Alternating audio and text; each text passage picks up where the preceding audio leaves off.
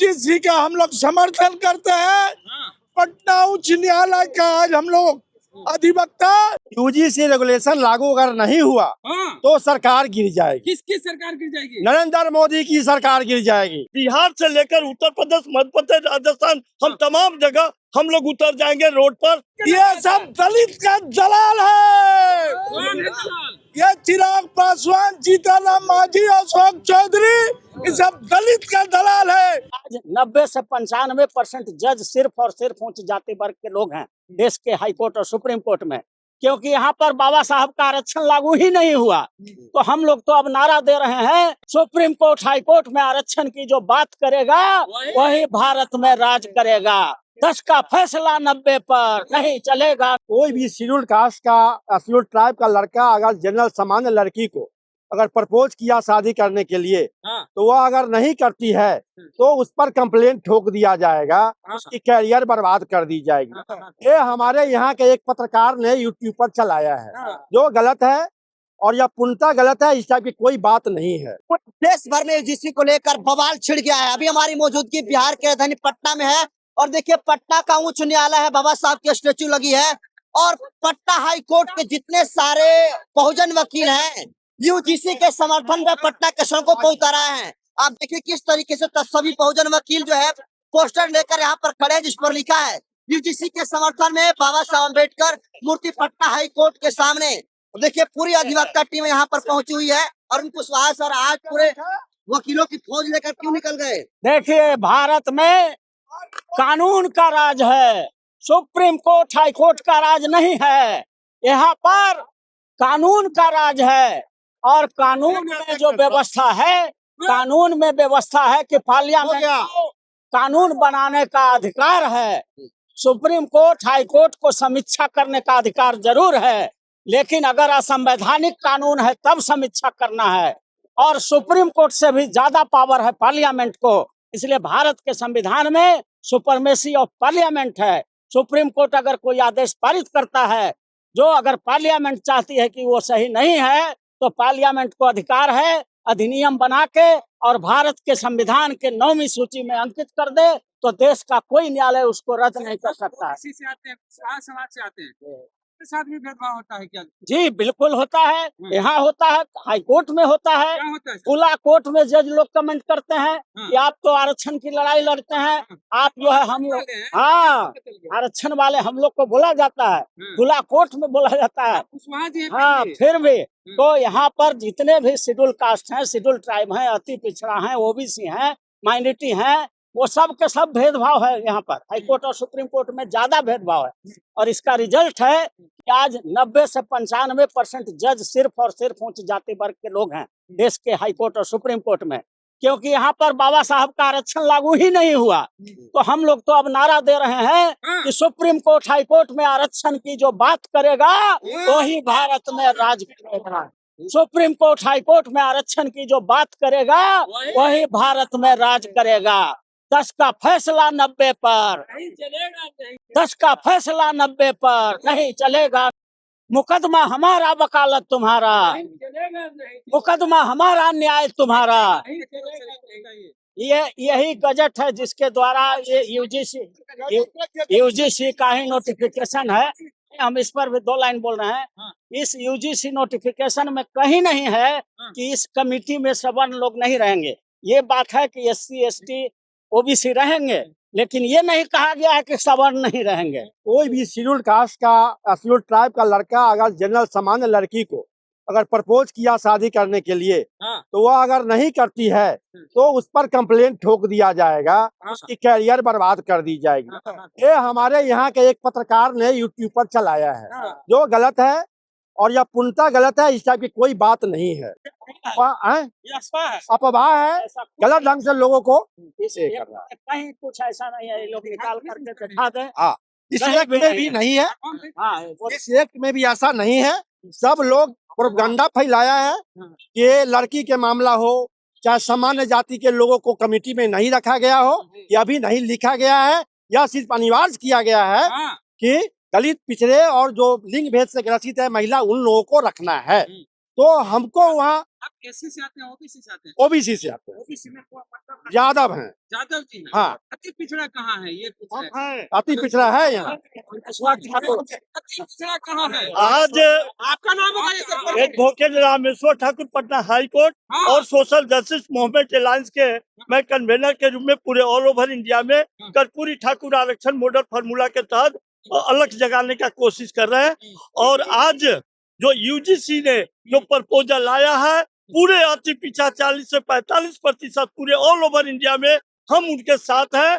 क्योंकि supreme court अभी order अभी खुलेआम नहीं आया है, इसीलिए हम लोग समर्थन कर रहे हैं। जैसे प्रपोजल आया है, जैसे जननायक कर्पूरी ठाकुर जब सत्ता में आए थे, भारत रत्न जननायक कर्पूरी ठाकुर जब सत्ता में आए थे तो उन्होंने एजुकेशन पर जोर दिया था लोगों को आगे बढ़ने में। अब हायर एजुकेशन में जाने के लिए बैरियर, तो आज वो बड़े हायर लेवल पर जो मेरे लोग पढ़ लिख कर जब आगे जा रहे हैं तो आज यूजीसी में बैरियर न लगे, सरकार अगर से समर्थन कर रही है तो हम लोग उनके साथ देने के लिए तैयार हैं। पिछड़ा समाज से आते हैं। अत्यंत पिछड़ा है आपके नेचर वन, समाज के लोग सड़क पे नहीं हैं।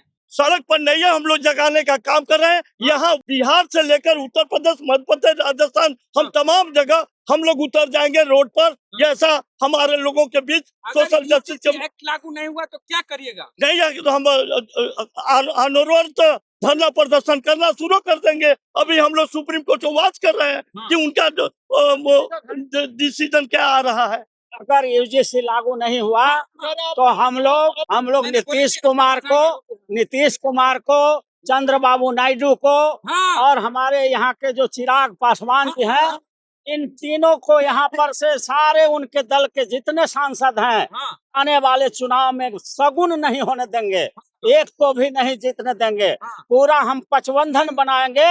और ये जो पालकी ढो रहे हैं नरेंद्र मोदी के सरकार को, अगर उन्होंने यूजीसी कानून बना करके 9वीं सूची में केंद्र सरकार नहीं लागू की तो अभी केंद्र सरकार को गिराने के लिए हम इन लोगों पर बाध्य करेंगे, इनको चिराग पासवान को और नीतीश जी को और चंद्रबाबू नायडू को। मोदी की सरकार गिर जाएगी। सरकार गिर सकती है, गिराएंगे हम लोग इन लोगों को मजबूर करेंगे कि आप समर्थन वापस लीजिए।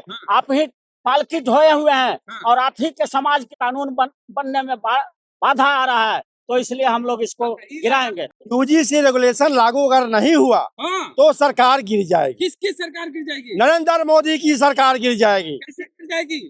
हम लोग गिराएंगे, वोट नहीं देंगे अगले चुनाव में, नहीं, समर्थन वापस करने के दबाव डालेंगे। हाँ, उसको दबाव देंगे कि समर्थन वापस करो। हाँ, उसको हम कहेंगे समर्थन वापस करो, उसको बाइकआउट करेंगे। अगर यूजीसी लागू हुआ तो कई बाबा समाधि ले लेंगे, प्राण त्याग देंगे। लेने दीजिए, मुसलमान बनने दीजिए। हम लोग चाहते हैं 131 SC/ST के जो रिजर्वेशन वाला सीट पर हमारे बीच हमारे वोट के बदौलत जाते हैं, उनको मैं बात करूंगा कि अगर से आप सरकार को से हटिए और सरकार को गिराइए, न तो ये कानून पास करे पार्लियामेंट में। चिराग पासवान के वोटर कहाँ है? इधर आइए। बोलिए, आप चिराग पासवान के बिरादरी से आते हैं। चिराग पासवान चुप है, जबकि मंडल कमीशन की सिफारिशों को लागू कराने के लिए रामविलास पासवान सड़क से लेके हर जगह आंदोलन कर रहे थे। चिराग पासवान जी दलित के नेता हैं क्या जी? आप लोगों को मालूम है? चिराग पासवान, अशोक चौधरी दलित का नेता है सब। ये सब दलित का दलाल है। कौन है दलाल? ये चिराग पासवान, जीतनराम मांझी, अशोक चौधरी, ये सब दलित का दलाल है। हमको बेचता है और जब हमारे हक की बात आती है तो टीका लगा के 5 स्टार होटल में सोता है। ये चिराग पासवान, जीतनराम मांझी, ये दलितों का हितैषी नहीं है, ये दलितों का हितैषी नहीं है। जबकि सड़क पे है, दलित तो है ही है, यूजीसी एक्ट में अभी भी है, 2012 वाला में है दलित। अरे भाई, नुकसान हुआ। एक बात सुन लीजिए कि दलित पिछड़ा अकलियत भाई भाई, और इस लड़ाई में हम लोग इनके साथ हैं। आप ये सही बात बोले हैं कि दलित है, यूजीसी का हम लोग समर्थन करते हैं। पटना उच्च न्यायालय का आज हम लोग अधिवक्ता, क्योंकि पटना क्रांति की धरती है और यहाँ हम लोग मांग करते हैं कि यूजीसी लागू होकर रहेगा, लागू होकर रहेगा। क्या करेंगे? अरे लागू नहीं कैसे होगा भाई? हाँ, देश में संसद सबसे ज्यादा दलित पिछड़ा का है। तो सुप्रीम कोर्ट से कहना चाहते हैं कि पहले सुप्रीम कोर्ट को जाति विहीन बनाइए, हटाइए, उसमें शेड्यूल का हटाइए, हम जाति विहीन समाज बनाना चाहते हैं। सुप्रीम कोर्ट अगर सचमुच में, तो पहले जो 34 पद है उसमें से शेड्यूल कास्ट, शेड्यूल ट्राइब, अति पिछड़ा, ओबीसी और माइनॉरिटी के लिए आप जो है 30 पद रिजर्व कर दीजिए, तब न जाने कि आप न्यायी हैं। इसी बिहार की धरती से एक नारा उठा था कि पहला पीढ़ी गोली खाएगा, दूसरा पीढ़ी जेल जाएगा और तीसरा पीढ़ी राज करेगा। उसमें हमने जोड़ा है कि चौथा पीढ़ी मनुवादियों को जेल भेजेगा, आरक्षण विरोधियों को जेल भेजेगा। आने वाला 5 से 10 वर्ष में यही सुप्रीम कोर्ट रहेगा, यही हाई कोर्ट रहेगा, यही जिला न्यायालय रहेगा, यही कानून की किताबें रहेंगी, लेकिन जज की कुर्सियों पर अनुसूचित जाति, जनजाति, अति पिछड़ा, ओबीसी और माइनॉरिटी समाज का बेटा बैठा हुआ होगा और जेल के सलाखों के पीछे आरक्षण विरोधी और मनुवादी लोग बंद होंगे। ये दिन बहुत जल्दी आने वाला है, क्योंकि हम लोगों ने सुप्रीम कोर्ट, हाई कोर्ट आरक्षण विधेयक बना करके रखा है। जैसे बाबा साहब ने जैसे राजाओं के पेट का ऑपरेशन कर दिया था और बंध्याकरण, हाँ, रानियों का पेट का बंध्याकरण कर दिया था बाबा साहब ने, और कहा था कि अब रानी के पेट से राजा पैदा नहीं होगा। तो हमने भी सुप्रीम कोर्ट, हाई कोर्ट आरक्षण विधेयक बना करके जजानियों के पेट का जो है बंध्याकरण कर दिया है।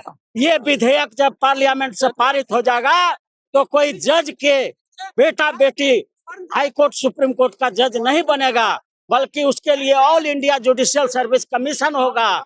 जजों की वैकेंसी निकलेगी, पूरे देश के वकील उसमें बैठेंगे, प्रिलिमिनरी टेस्ट होगा, मेन टेस्ट होगा, इंटरव्यू होगा, फिजिकल टेस्ट होगा, तब जाकर के जजों की बहाली होगी और उसमें 90% आरक्षण भी होगा। तो ये हम लोग दिन लाने वाले हैं।